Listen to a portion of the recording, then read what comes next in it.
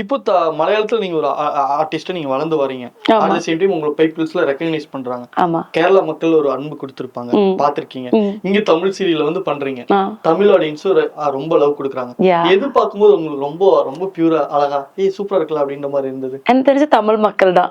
உண்மையிலேயே நான் மலையாளி தான், என்ன மலையாளி மக்கள் இதுக்கு கல்வி ஊத்த போறாங்க. பட் ஆனஸ்டா பேசணும்னு நினைக்கிறேன். அதனாலதான் இங்க இப்ப நம்ம 3 years சென்னையில தான் செட்டில் ஆயிருக்கேன்.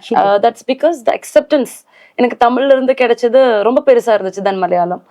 ஸோ அதனால எனக்கு எப்படி இருக்குன்னா, இன்னும் தமிழ்ல நிறைய எக்ஸ்பீரிமெண்ட் பண்ணணும், எக்ஸ்ப்ளோர் பண்ணணும்னு இருக்கு இண்டஸ்ட்ரியில.